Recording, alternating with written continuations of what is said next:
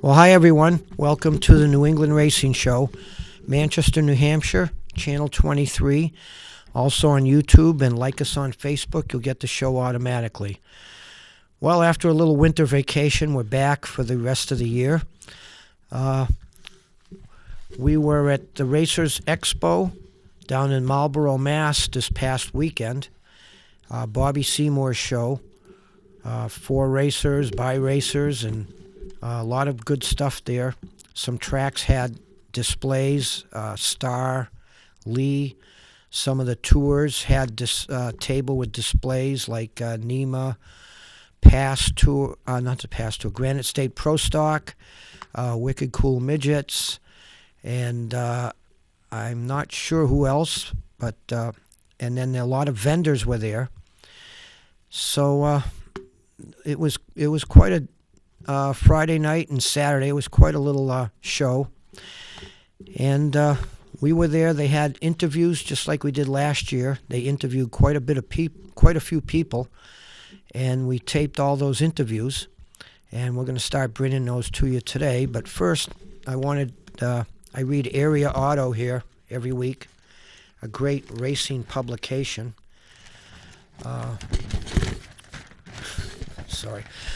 Area Auto. Anyone that races probably subscribes to this.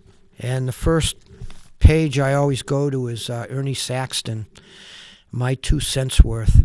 He's really makes a lot of sense. But anyway, he talks about recently the Hall of Fame, NASCAR Hall of Fame, this about a week and a half, 2 weeks ago.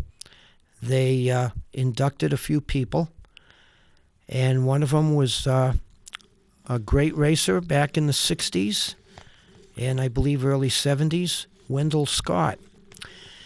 And he was an African-American racer racing in the South in the segregated 60s.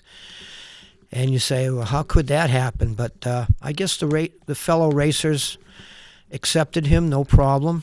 I think it was just some of the fans that gave him a hard time, but he hung in there, and he compares them to Jackie Robinson of baseball. So it was nice to see that Wendell got inducted to the Hall of Fame. And now I just want to read a little quote from Ernie Saxton's column. Though he won just one NASCAR Sprint Cup race during his 13-year Cup career, Scott was an outstanding competitor who was able to do it on a very small budget and using hand-me-down parts and equipment. The story is often told of the box or basket that the Petty team had in which they placed parts that they were no longer using to be passed along to Wendell. It's amazing to see that despite having to race a second-hand race car, use mostly second-hand parts, and rely on volunteers, including mostly his sons, he was still able to finish 321 of the 495 Cup races he started. Though Scott only won one Cup race, and it took quite a while for the winner's trophy to make it to the Scott family, he was an outstanding short-track racer.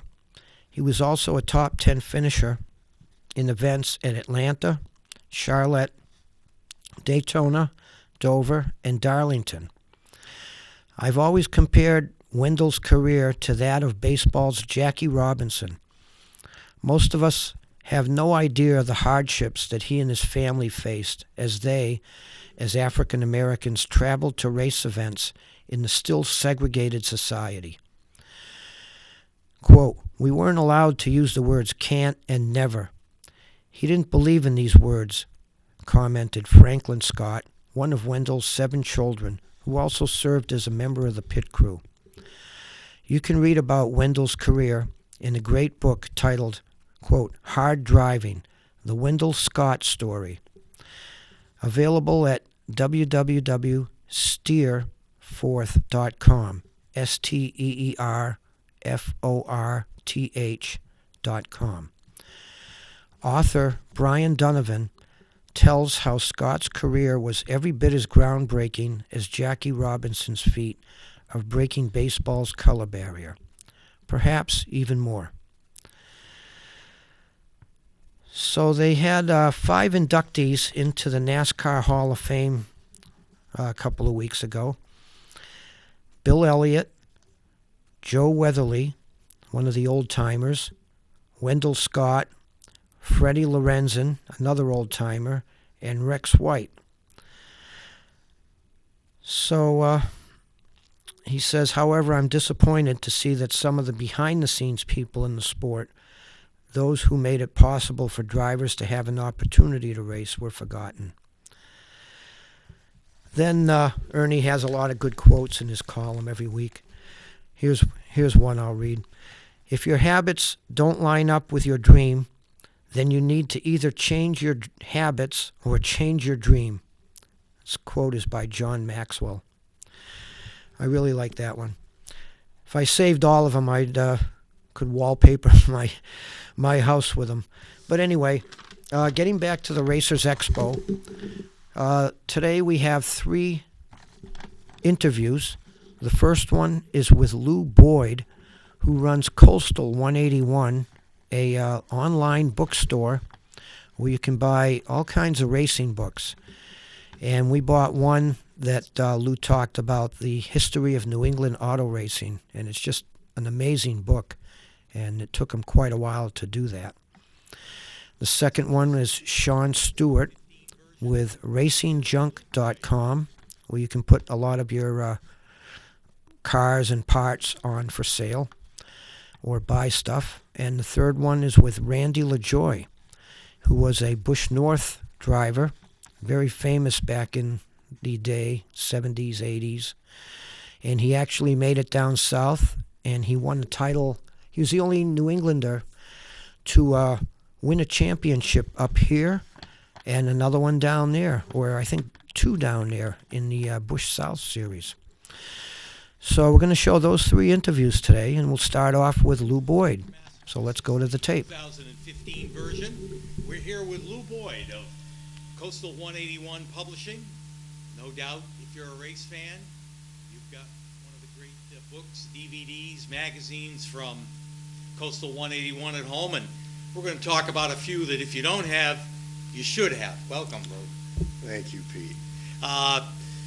We're going to start with, I'd like to start with the Bentley book. This was super popular. I mean, it just flew off the shelves when it came out last year, and I know for a fact there are people that still have that on their wish list.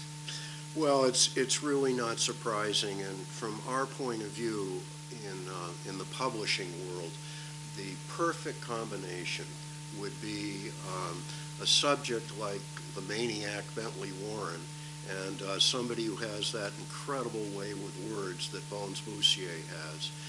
And it has been an amazingly popular book.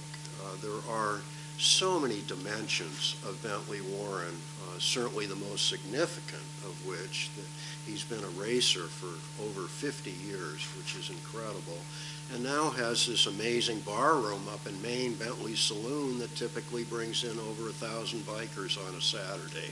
So he's really quite a guy. But I have to say, in concluding, Pete, that my only big feeling of gratitude about doing this book is that they had a wholesale price of beer when they were doing all the interviews.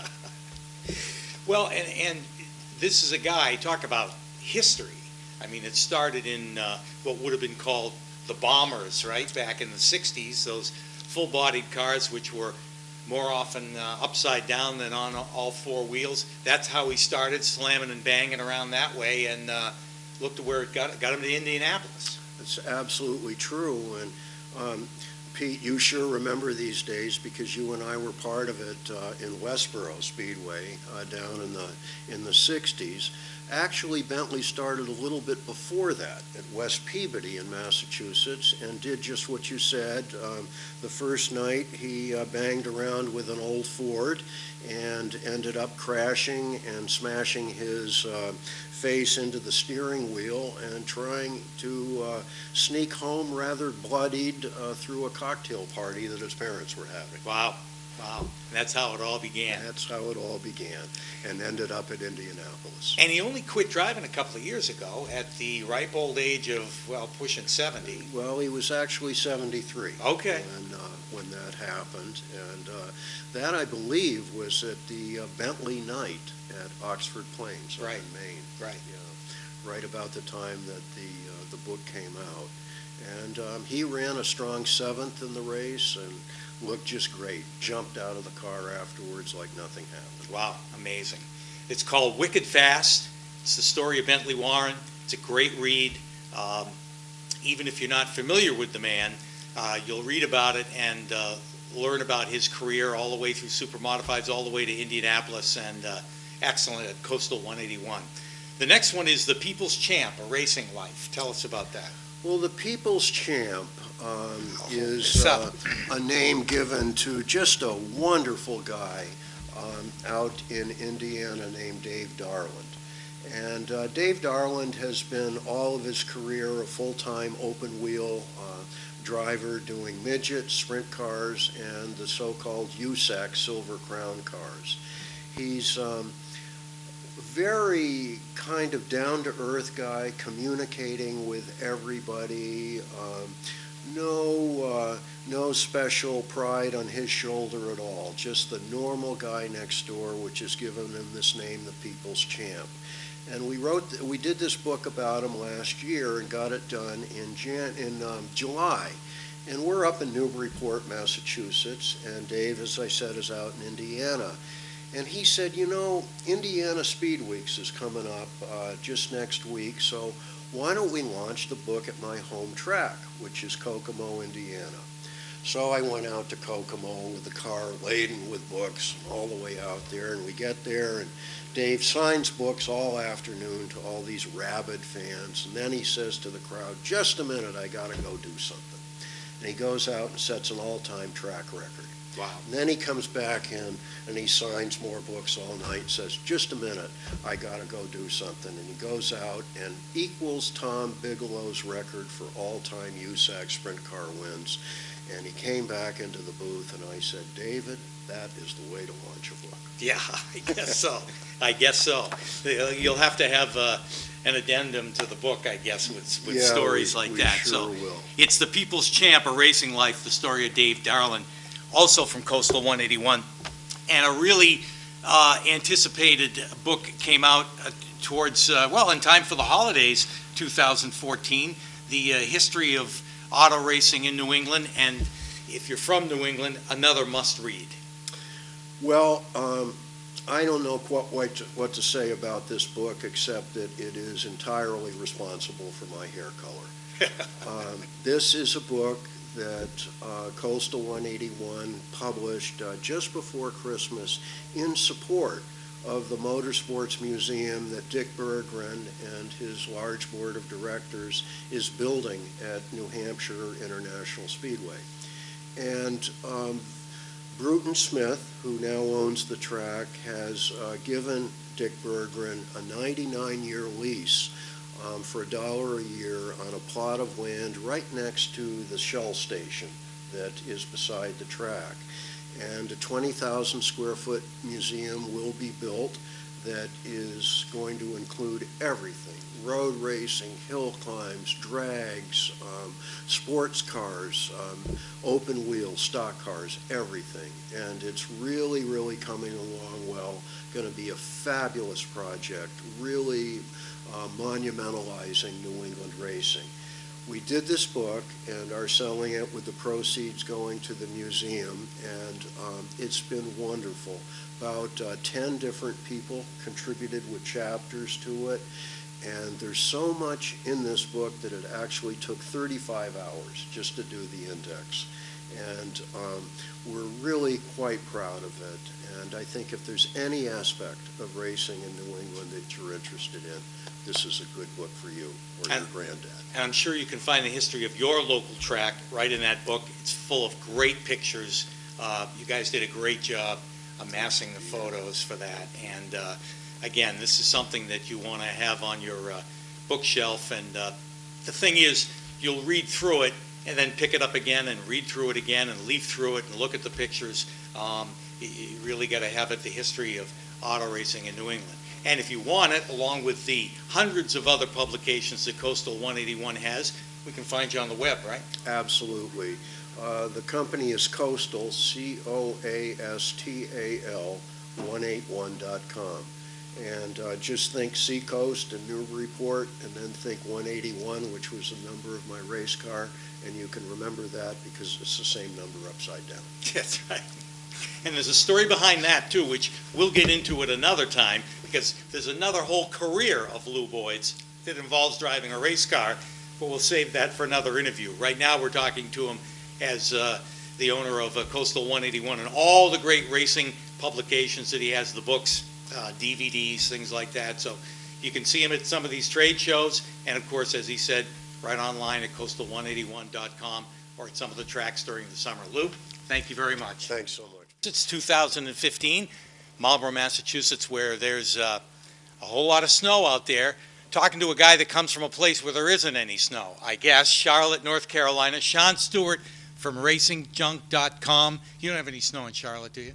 Not this year, but we kind of hope we do get a little bit, because when we get it down there, the whole world shuts down. It's instant holiday. Unlike you guys, you still got to go to work. We hope for a little bit of snow. Well, take what you want when you leave, okay? There's plenty of it. Yeah, for sure. Well, as the name implies, RacingJunk.com, a website for racers. Tell us all about it, Shawn. It's the world's largest online classifieds for racers. It's free to use.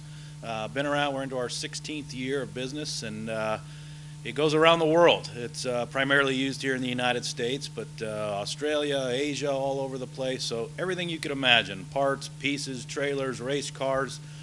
We've got stuff going on back and forth all over the country, and you put your stuff up, and it gets sold. So rather than go out and sit around the flea market for a day and hope that somebody comes and spies your stuff, this is the easy way to do it. Just list it. Yeah, and I think we're just in an industry where a trailer, for example, works just as well here as it does out in California. So if a guy needs a specific trailer or a specific part, it's not always easy to get locally. You can't go to the local auto parts store all the time, for example, and get stuff. So that's a lot of what we have. Trailers is one of our biggest things because it's interchangeable, and I think that's when we kind of come in, when the local market doesn't work and we need to get that racer that's 5-10 states away or even in another country. That's kind of the connection that we make. So the buyer and seller would connect with each other. In other words, they're just basically seeing the classified ad on your site. Yep, that's right. We don't get involved in the transaction, so we're not like eBay where we're taking a percentage of it. We're just providing the online swap meet, Sure. so to speak. So it's buy, sell, trade. You can, that allows people to trade things. Again, we're not involved in the transaction, so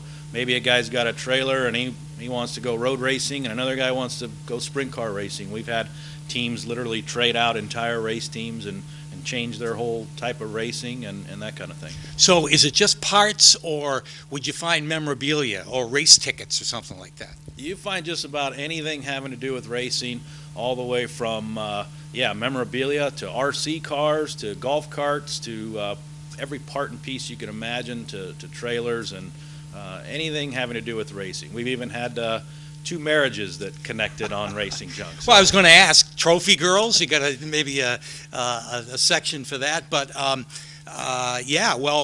with racing season, now is the time when people are pounding to get their cars ready for the 2015 season. Now is the time that guys are looking for parts, and this is the way to do it. Yeah, and it's funny, we get a lot of stuff that I work more on the marketing side, but we've got some great guys that know all the back-end statistics and things like that, and it's interesting. We see a storm cross come a certain region, and our website actually goes up because nobody's at the races that weekend, and they're on the site. Or we see a big uptick this time of year as people are getting stuff ready, and then as racers wreck stuff and run out of money towards the end of the year, our site kind of goes down as we head into trade show season. So if I'm a guy that's upgrading and going to a different car, and I got a bunch of parts that I want to sell of what I used to run, my late model or whatever, how long would an ad stay up there? stays up as long as until it sells, kind of thing. So most guys though, on average, it's 2-3 days to a week and stuff's gone. Yeah. Unless it's something really obscure or something like that. But most of our guys are pretty surprised when they do put stuff up that how quick it's gone. And we've got even collector cars on there. So we've got right now probably close to 2,000 collector cars. So racers have collector cars, and they found that kind of started organically, where they thought, hey, can I put this car up? We created a category. We continue to change those categories as new types of racing series come up, or we learn different lingo. We have a partnership with the Dirt Midget Association, for example, and we had them come on our site and make sure we have the right the right categories there for the racers. So we are racers ourselves. A lot of people in our office are motorsports enthusiasts, car enthusiasts, so we're always trying to stay in tune with the industry and make sure that our site's serving those racers. And that helps too, when they go on there and they have that rare part and they say, wow, there's actually a category for this. I didn't think anyone even knew what this was. And not only that, there's 2 or 3 more of them for sale, so now I know where to price it. And we've had loan companies call us, who a guy's on there looking for a trailer, and they've actually called us and said, is this really the market value, as if we're experts? And we get on the site and say, well, looks like it is. Sure. Yeah. So that's how kind of in tune we get with the industry. Awesome. It's RacingJunk.com, correct? RacingJunk.com, yep. Okay. You go on there, and it's real easy to use. You just pick, buy, sell, trade, whatever you're trying to do on there. And then for companies that have ongoing stuff, we've got dealer accounts and online stores that they can put stuff into and things like that. Awesome. We'll have a look. All right. Thank you. Good luck on your trip back to Charlotte to get out of here before the weather. I will. That's right. Shawn Stewart from RacingJunk.com learned a little bit about the site today, something that could be very valuable to racers anywhere with any kind of division, any kind of race car. Saves time having to peruse the flea markets. Do it right online at RacingJunk.com. Thanks, Shawn. Thank you. In Marlborough, Massachusetts, 2015, talking with Randy Lajoie. Welcome, Randy. How are you? I'm doing just fine. We could go all the way back to Danbury Race Arena, I think, but that would take up about 2 hours of this broadcast, so we won't go back that far, but we'll go back to a pretty good career that you had. It was fun. I started in Danbury. They closed it, which was okay for me. Not good for the Danbury people, because if they didn't close it, I'd probably still be there, because you can race a 25-lap race. They made a percentage of the gate, 8,000 people every week, and my dad made pretty good money. But since then, I've gone out and did Stafford, Thompson, New London, got hooked up with the old NASCAR North Tour through Dickie Williams when we raced in New London, raced the North car there, and really liked the fender part. So it took me to a different direction, into the full body cars. Moved south in '88, got an opportunity in '94 to run down there. Won the '96, '97 championships in the Busch Series, now whatever, Xfinity. And I had a good ride. It was fun. A great career, and made New England proud, I might add. Well, that's great. I mean, there's a lot of people that it seems like to me when I read publications and stuff, they talk about New England and they always forget about me. I said, well, how many guys have won a championship in New England and gone down south and won a championship? And I think I'm the only one. I think so. Jeff Bodine, well, no, he was in New England, but I think you're right. Yeah, so I mean, they look at the Bodine boys and Craven and all those guys, but at the end of the day, I won championships on both sides of the street, other Mason-Dixon, and there's still people in the South that are fighting that war. For sure. And, of course, you got out of the car, you got out of the seat in the car, but you got back in the seat because you have the joy of seating. Yeah, it's something that, my dad bought this seat that I use, that I'm selling, from Mark Donahue in 1971. So when I started driving, my dad said, use this seat. And it was very comfortable. And the better I did, the more people want you to drive their cars. And I would go with my helmet and just drive a car because that's what racers do. And I was very uncomfortable, very, very, didn't feel safe. So up until 94, I always used that Mark Donahue seat. And then NASCAR said we can't use fiberglass anymore, even though I had it surrounded with a cage of metal. They said we don't want fiberglass seats, and they wanted me to use an aluminum seat. So I brought it to all the existing seat builders, and nobody would build it for me because it was too hard to make that seat round, because it formed to your body. They didn't want to do it because it was difficult. But that's the seat that I wanted. So I had to invest, a lot of time and money to make stampings, to do it correctly, to build the Mark Donahue style seat, which I was driving it for 15 years and being a crash test dummy every once in a while, come out of it okay. If I hit my head one more time, I probably could hide my own Easter eggs. So that's one of the reasons I'm not in a race car anymore. But I don't like seeing racers get hurt. I'm a race fan. I grew up watching racing, grew up watching my dad in the Wingman, the modifieds. And it bothers me when I see people getting hurt. So I started a nonprofit called the Safer Racer that's on the road. I've been to over 100 racetracks. And what you see on the road is mind-boggling, that they just don't have the information. So I've been out there 8 years now, probably do 20 races a year, 20 tracks a year. And, I've made the industry better, not always in my product, because a nickel does matter. And, I have the high-end nickel seat. I mean, my seat, the reason nobody else wanted to build it, because it was expensive. Sure. But it's what I wanted. So I sell an expensive seat, and I've educated everybody else to build something like it, and they're not the same, but they're cheap. And people do buy cheap stuff. Unfortunately. And, of course, safety first, but comfort you got to be comfortable in the race car, and that's part of what you guys work on. And that's what I thought would be a major selling point, was a different comfort. I mean, I put a round plug in a round hole. When race car drivers sit into a seat, I was told when I drove that sometimes my head was up my rear end, so I knew I had a round ass. And 9 times out of 10, everybody else's are the same way. So that's what I do different is, your hips are supported, being a round stamped seat. I'm allowed to have less material because of the roundness. You don't have any square edges. Being round, it's a shape like the arch, very strong. Because anytime you have a square seat, the square is not as strong as round. Plus with the tubing that I put a roll cage around the seat, and it's worked out very well. It's very strong. I have my own testing facility, and we do a lot of testing. Other than myself being a crash test dummy, now I turned it over to other customers. But it's something that people don't realize. The less you move, the better you're going to be, and we're getting there, but we're still not there yet. But a young guy could come, be fitted for a seat, and have it with him for his whole career. Well, we have a program for kids.